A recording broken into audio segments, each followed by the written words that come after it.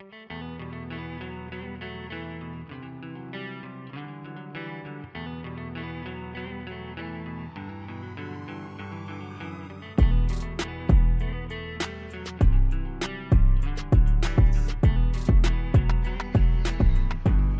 guys, Dark Desert Highway here with something that I've learned along the way of my relationship with the Lord.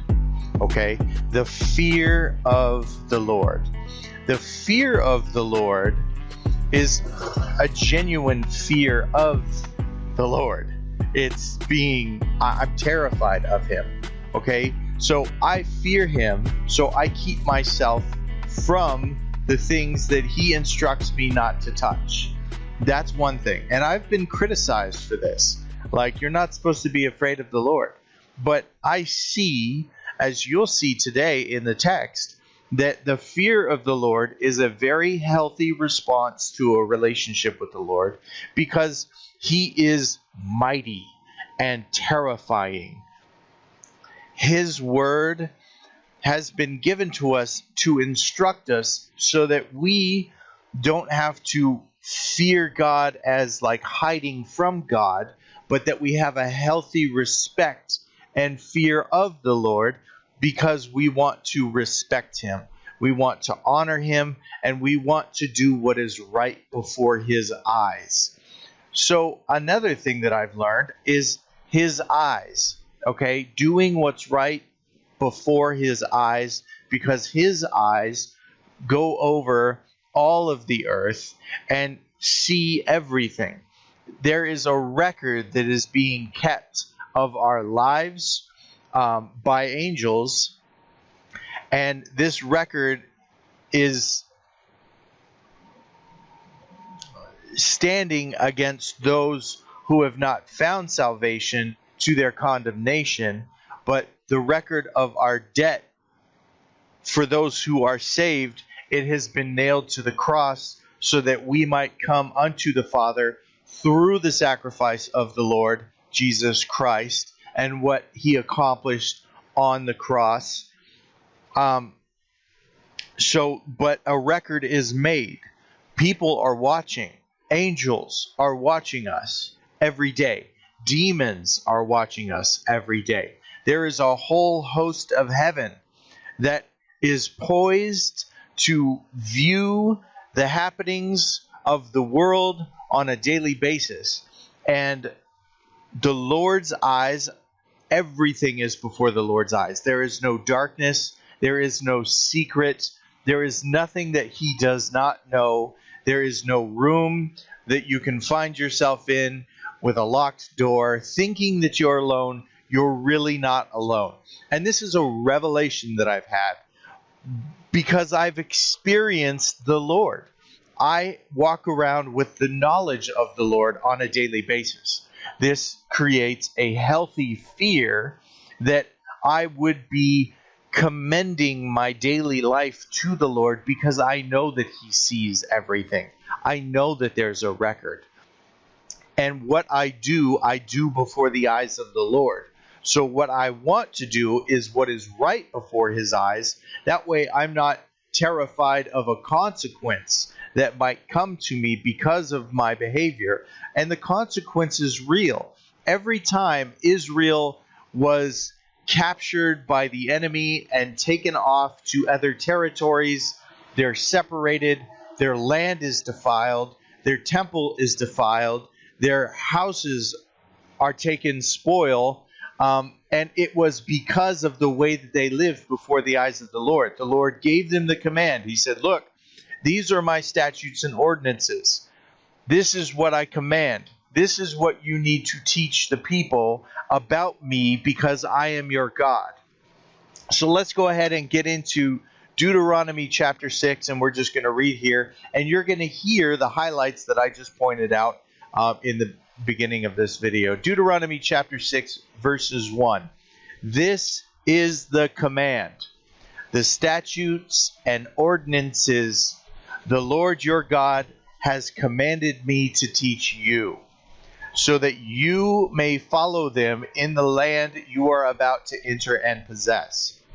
Do this so that you may fear the Lord your God all the days of your life, by keeping all his statutes and commandments I am giving you, your son and your grandson, and so that you may have a long life. Listen, Israel, and be careful to follow them, so that you may prosper and multiply greatly, because the Lord, the God of your ancestors, has promised you a land flowing with milk and honey. Listen, Israel. The Lord our God, the Lord is one. Love the Lord your God with all your heart, with all your soul, and with all your strength. These words that I am giving you today are to be in your heart. Repeat them to your children. Talk about them when you sit in your house and when you walk along the road, when you lie down and when you get up. Bind them as a sign on your hand, and let them be a symbol on your forehead. Write them on the doorposts of your house and on your city gates. When the Lord your God brings you into the land he swore to your ancestors Abraham, Isaac, and Jacob that he would give you, the land with large and beautiful cities that you did not build, houses full of every good thing that you did not fill them with, cisterns that you did not dig, and vineyards and olive groves that you did not plant. And when you eat and are satisfied, be careful not to forget the Lord, who brought you out of the land of Egypt, out of the place of slavery. For the Lord your God, fear the Lord your God. Fear the Lord your God, worship him, and take your oaths in his name. Do not follow other gods, the gods of the peoples around you. For the Lord your God, who is among you, is a jealous God. Otherwise, the Lord your God will become angry with you and obliterate you from the face of the earth. Do not test the Lord your God, as you tested him at Massah. Carefully observe the commandments of the Lord your God, the decrees and statutes he has commanded you.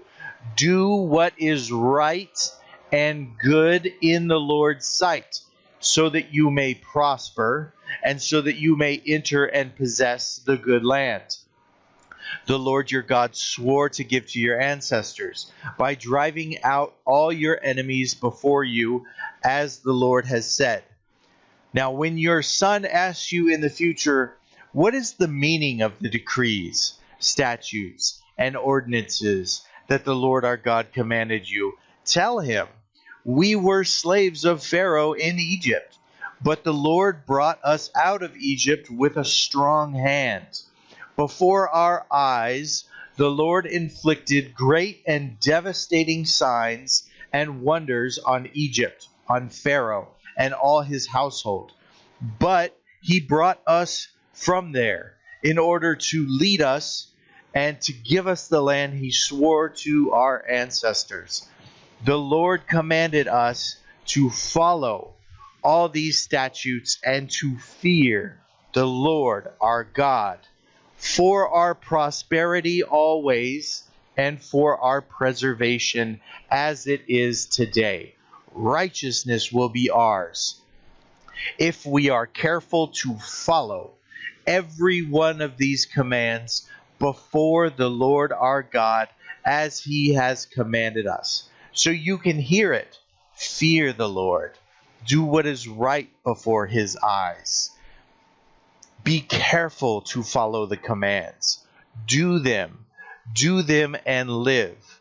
We must not only be hearers of the word, hearing the word, but not doing it. We need to be doers of the word, taking God's commandments and putting them in place in our lives, substituting what we would have done for ourselves to satisfy our own flesh, to satisfy our sin but leaving those things behind and growing up in the knowledge of God, in the fear of the Lord. And He will fulfill His word in our lives. You can guarantee that.